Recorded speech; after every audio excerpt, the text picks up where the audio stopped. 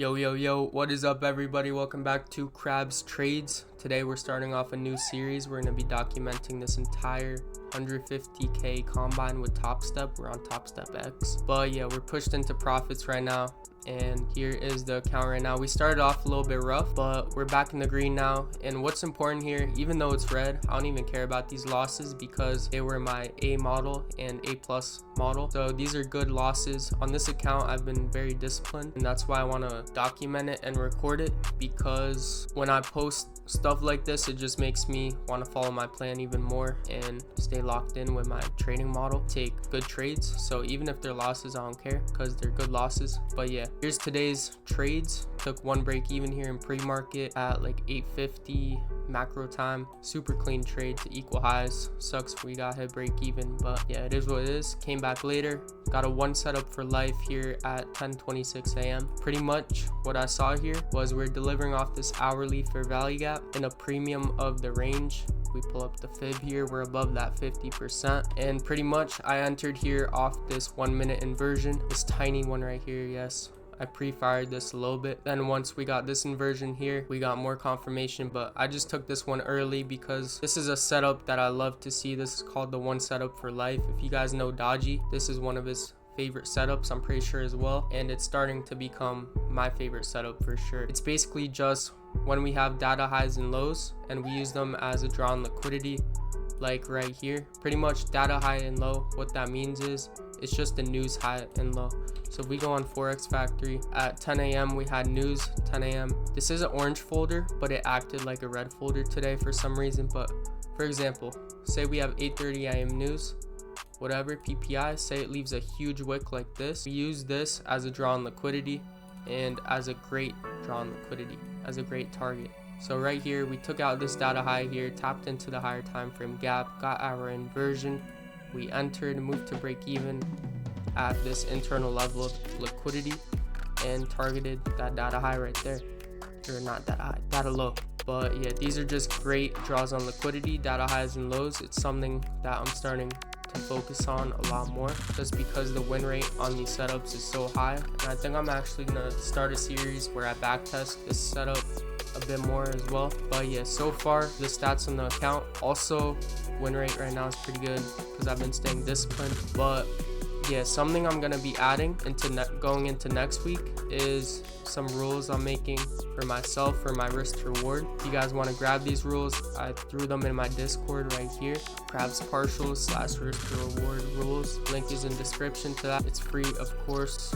And yeah, pretty much these rules are gonna help me manage my partials better, manage my trades better, and overall become a better trader and have more profitable trades.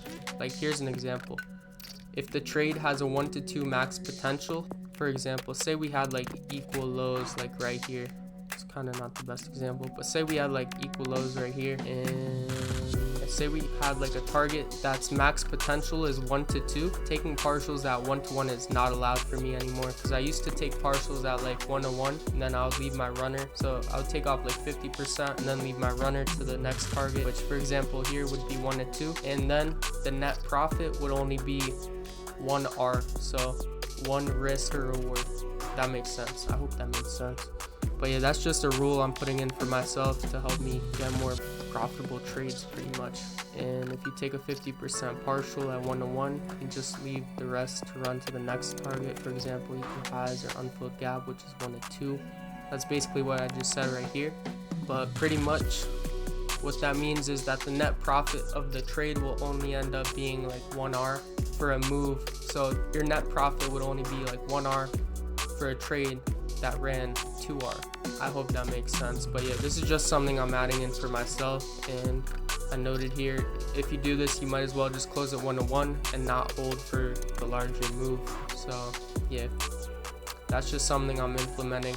And another risk to reward rule type thing I got is move stop to break even at 1 to 1 / obvious internal liquidity. Like right here, we had this obvious internal low right here.